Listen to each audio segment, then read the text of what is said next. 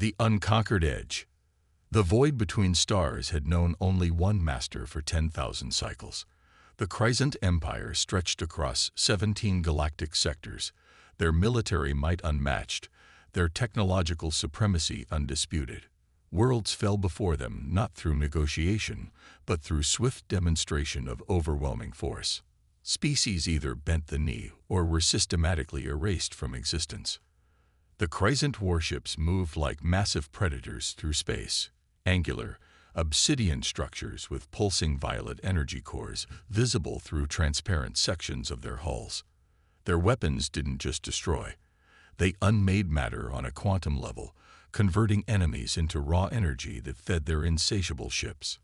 Nothing had stood against them. Nothing ever could. Until they reached Sol's system. The first Crescent scout vessels detected Earth's electromagnetic signals centuries before their arrival. They dismissed the chatter as primitive noise from yet another species destined for servitude. The standard protocol was established. Send a minor fleet. Demonstrate power. Accept submission. The operation was so routine that Admiral Servoff, commander of the 7th Expansion Fleet, didn't even bother to fully review the intelligence reports. Another world, another species to serve, Servoff said dismissively, his 4 eyes blinking in sequence as he studied the holographic display of the solar system ahead. Send the proclamation of dominance and prepare the subjugation units.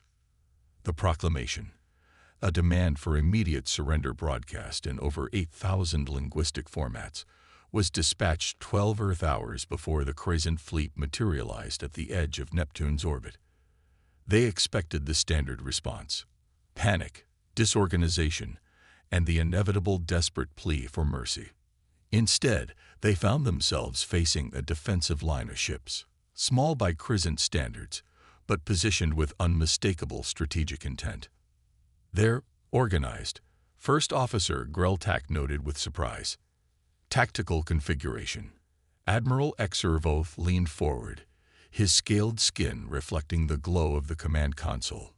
Unusual, but inconsequential. Begin the demonstration. At the center of the human defensive line floated a vessel unlike the others.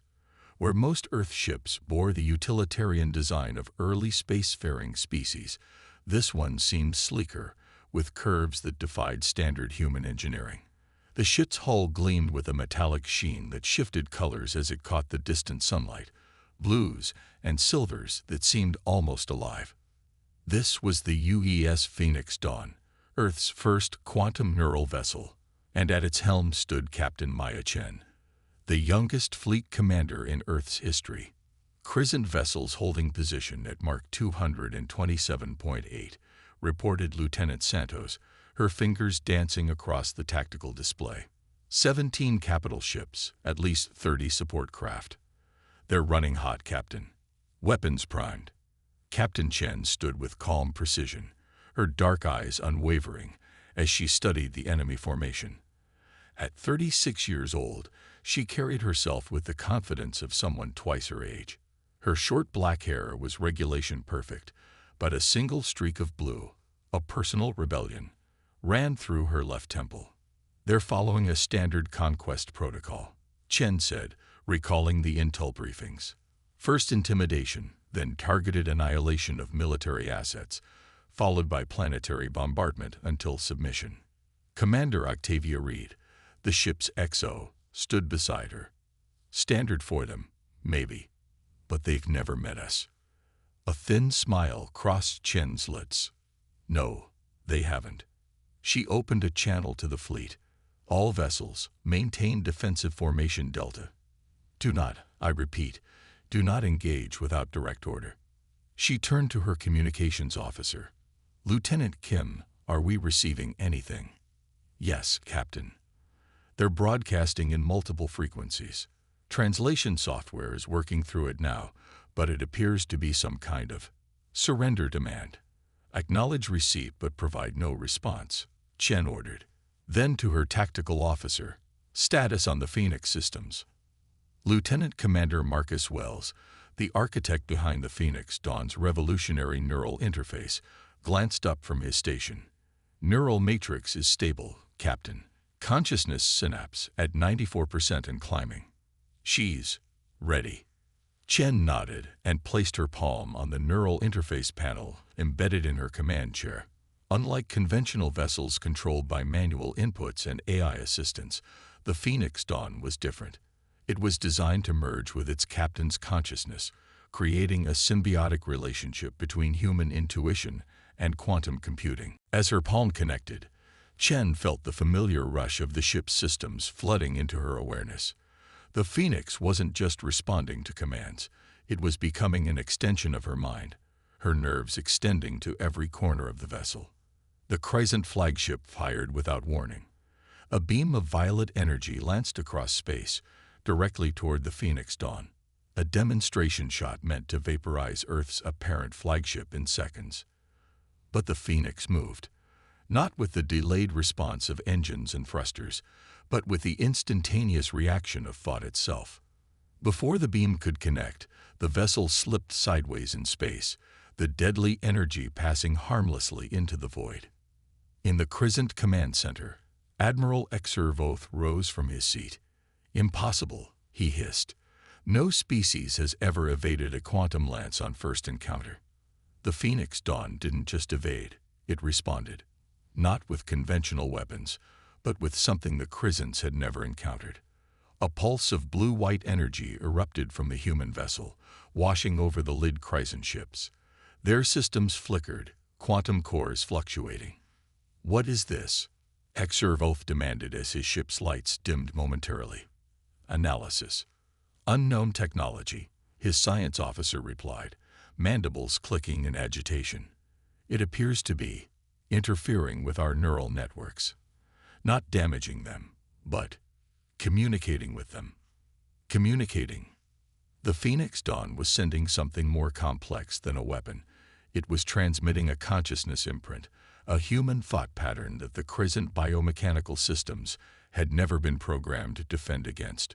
Aboard the Phoenix, Captain Chen's eyes were closed, her mind fully merged with the ship.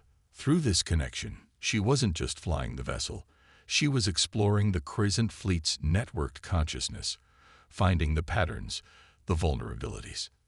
"My God," Commander Reed whispered, watching the neural feedback patterns on her display. "She's inside their network." The rest of the Earth fleet held position, their conventional weapons systems powered but dormant. This was not their fight. Not yet. This was a battle of minds, of neural architecture, of consciousness against consciousness. The Crescent ships began to move erratically. Their perfect formation faltered as the Phoenix's neural pulse disrupted their synchronized network. Two smaller vessels collided, their shields flaring as they scraped against each other. "Full assault," Admiral Exervoth ordered, rage building in his voice.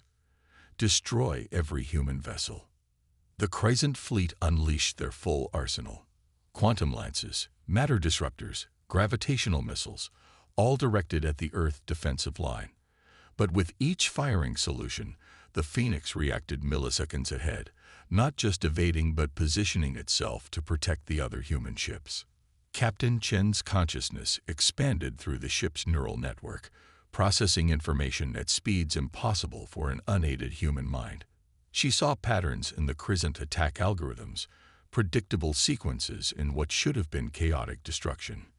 "They're not adapting," she realized, the thought echoing through the Phoenix's systems. "Their tactics are programmed, not intuitive." The Crescents had relied on overwhelming technological superiority for so long that they'd lost the ability to improvise, to think creatively in battle. Each attack followed predetermined protocols, devastating against unprepared enemies, but increasingly predictable to Chen's enhanced perception. The Phoenix Dawn danced through the Crescent formation, a silver-blue ghost that appeared where weapons weren't aimed and vanished before they could adjust. And with each pass, it left behind neural pulses that further disrupted the enemy network. The first Crescent ship fell not to weapons fire but to confusion. Its own targeting systems, corrupted by the Phoenix's neural interference, directed a quantum lance back toward its own fleet. The destructive beam carved through 3 support vessels before they could raise shields. Admiral Exervoth watched in disbelief as his perfect formation disintegrated into chaos. "This cannot be happening," he growled. "They are primitives. They are nothing." But the evidence before him told a different story. Whatever the humans had created in that single vessel was unlike anything the Crescent Empire had encountered in 10 millennia of conquest. After 23 minutes of combat, the unthinkable happened. Admiral Exervoth gave the order to disengage.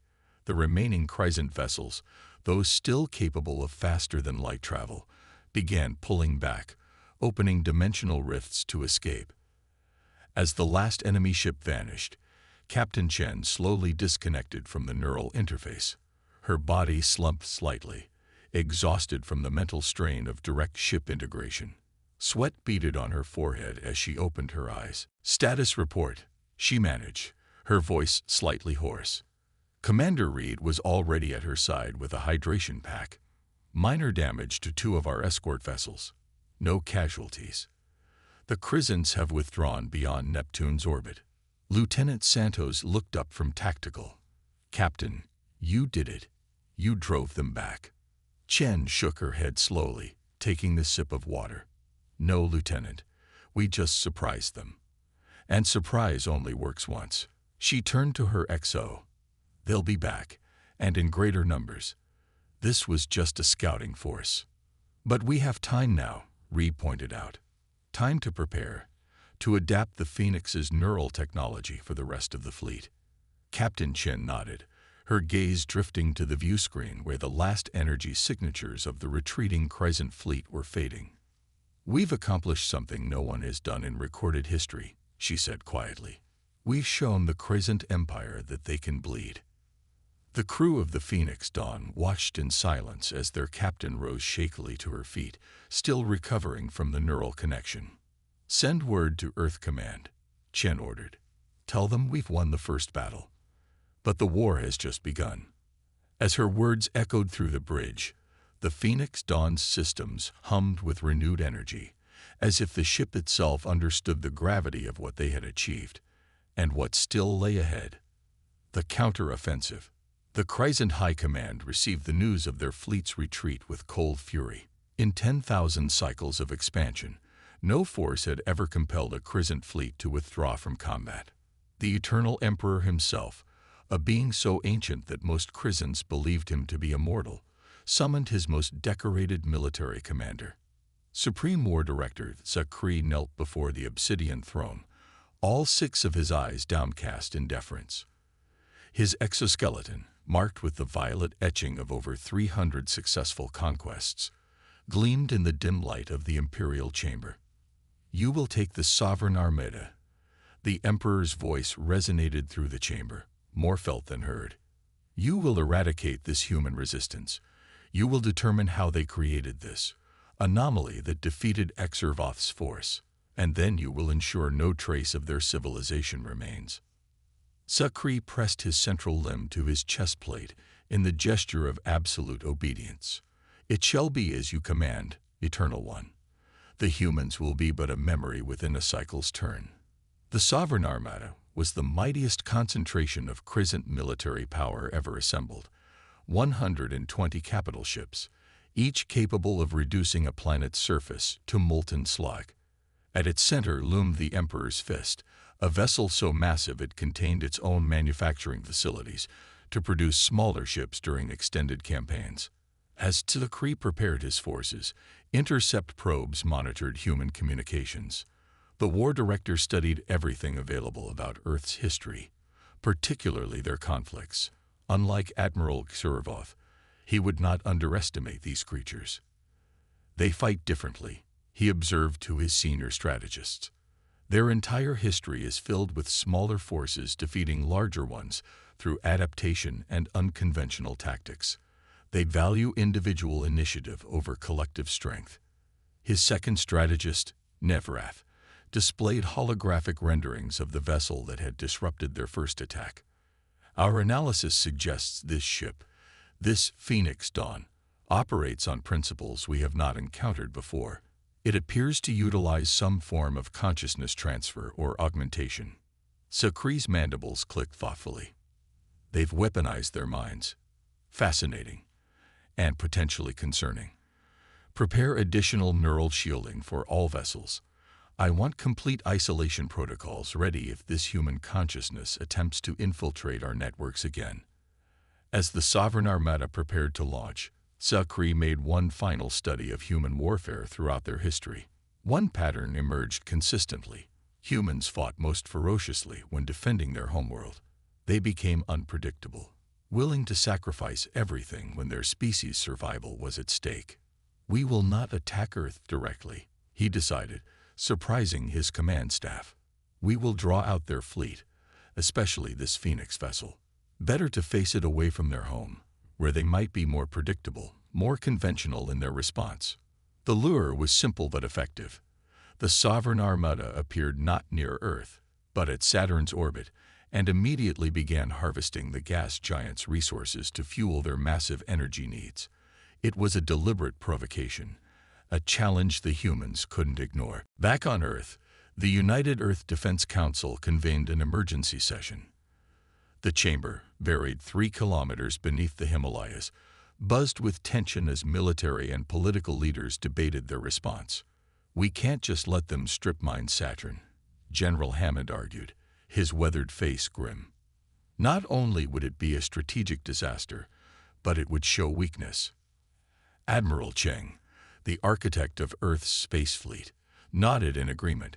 The Phoenix Dawn proved we can stand against them. But it's just one ship. The neural interface technology is still experimental. We've only managed to retrofit 3 additional vessels with limited versions. Captain Maya Chen, now a reluctant celebrity after the first encounter, sat silently through much of the debate. When she finally spoke, the room fell quiet. It's a trap, she said simply.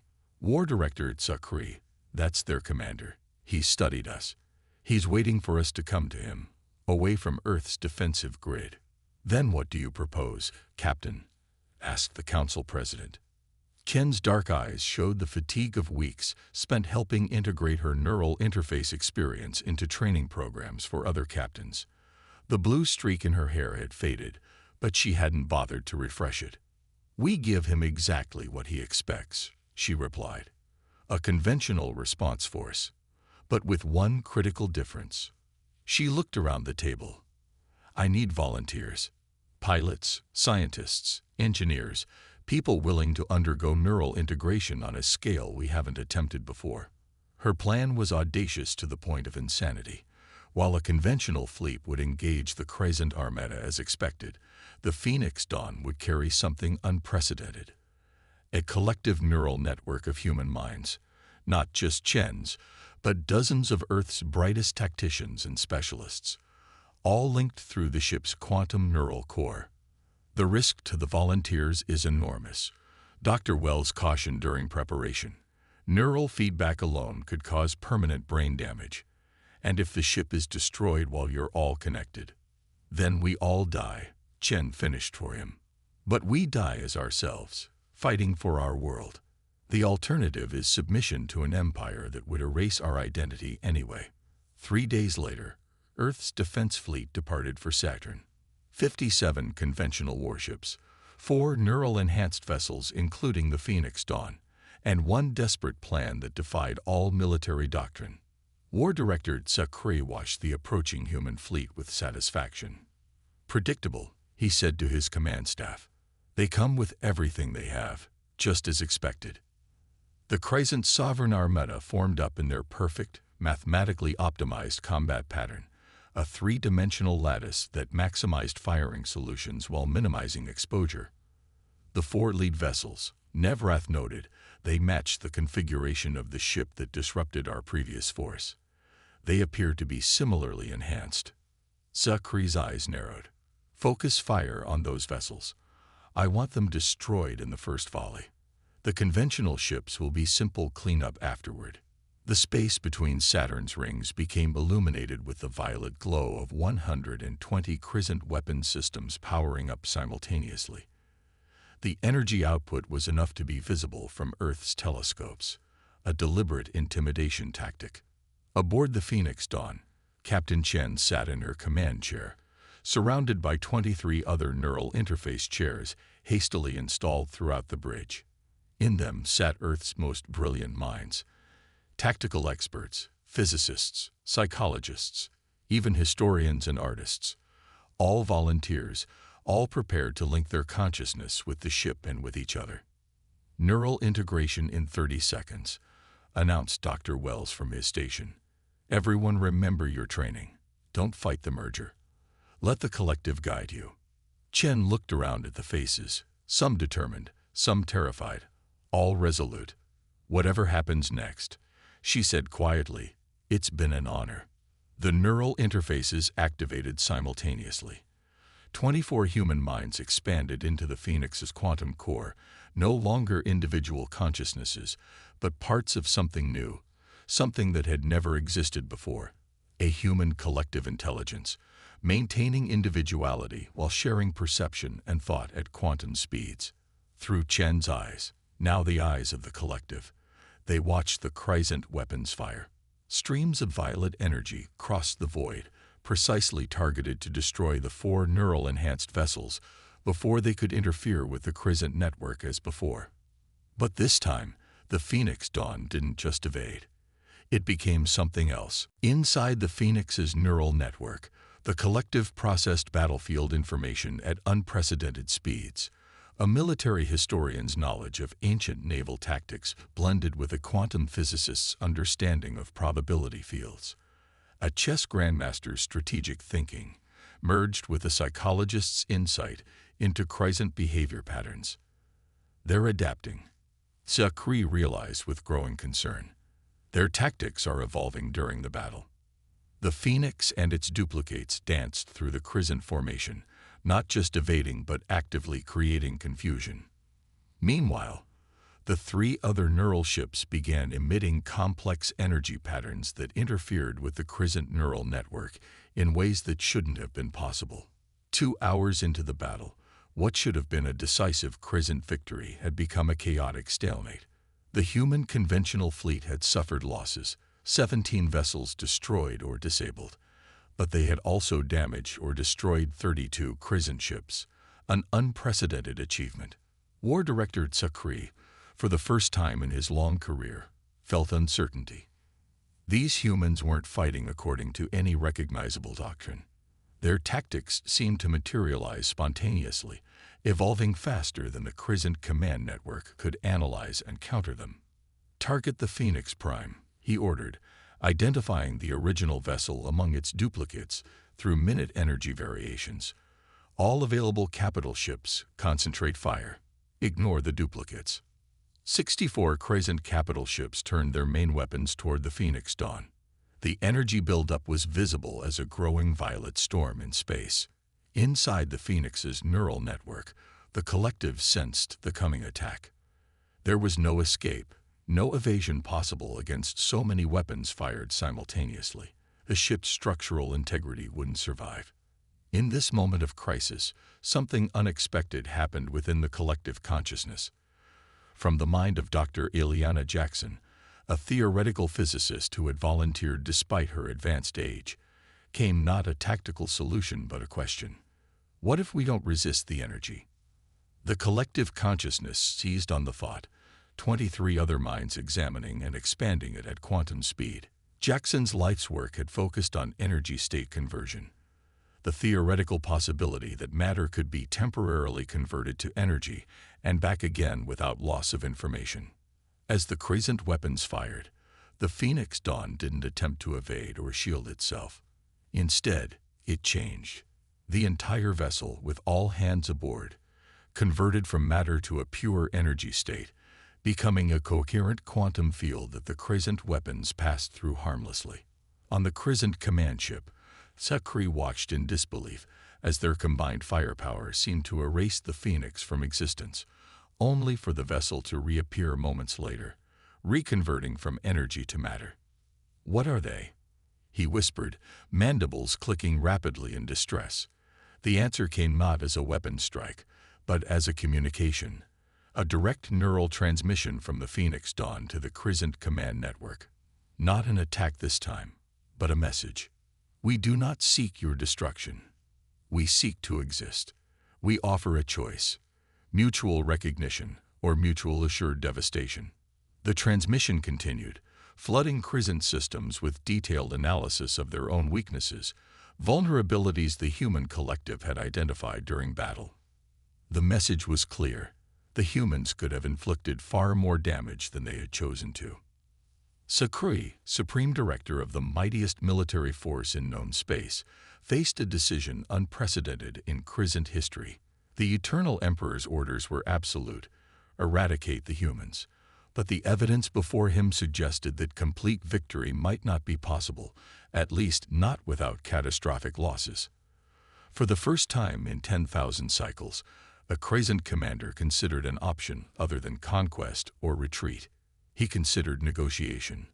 Open a direct channel to the human vessel, he ordered. The view screen illuminated with the image of the Phoenix Dawn's bridge. Captain Chen sat at the center, her eyes unfocused, still connected to the neural network. Around her, the other neural volunteers sat similarly entranced. It was disconcerting to see these fragile organic beings and know they had just challenged the might of the sovereign Armada. I am War Director Sakri of the Eternal Crescent Empire, he began formally. You have demonstrated capabilities we did not anticipate. Captain Chen's eyes focused slowly as she partially disengaged from the collective to communicate. We are humanity, she replied simply. We offer coexistence, not submission. What followed was the first negotiation in Crescent history that wasn't simply the terms of surrender. The human collective consciousness, speaking through Captain Chen, proposed an arrangement radical in its simplicity: a boundary, a recognition of sovereign space, and a commitment to cultural exchange rather than domination. The Eternal Emperor will not be pleased, Nevrath warned as Sakri considered the proposal. The Eternal Emperor commanded me to ensure the survival and expansion of our species, Sakri replied. Sometimes survival requires adaptation.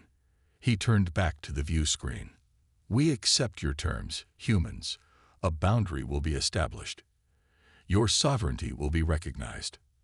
As the remains of both fleets disengage, Captain Chen finally disconnected fully from the neural network.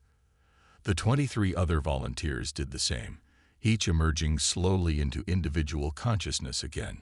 Many wept. The experience of the collective had changed them in ways they couldn't yet articulate. Did we just make peace with the galaxy's most notorious conquerors? Commander Reed asked, still stunned by what had transpired. Captain Chen nodded slowly, fatigue evident in every line of her body. Not peace exactly. Recognition. They'll be watching us, studying us, and they'll be back, eventually, when they think they've figured us out. But they won't, said Dr. Jackson, the elderly physicist whose insight had saved them. That's what they don't understand about humans. We're never the same thing twice. As the Phoenix Dawn led the surviving Earth fleet home, news of their achievements spread across the planet. Humanity had done what no species had managed in 10 millennia. They had faced the Crescent Empire and forced them to recognize an equal. In the quiet of her quarters later, Captain Chen reviewed the neural data from the collective experience. The merging of minds had created something new, something that continued to evolve even after they disconnected. Each volunteer reported ongoing effects: enhanced perception, intuitive leaps, dreams shared with others who had been part of the collective. We've changed ourselves, she realized. Not just the Crescents.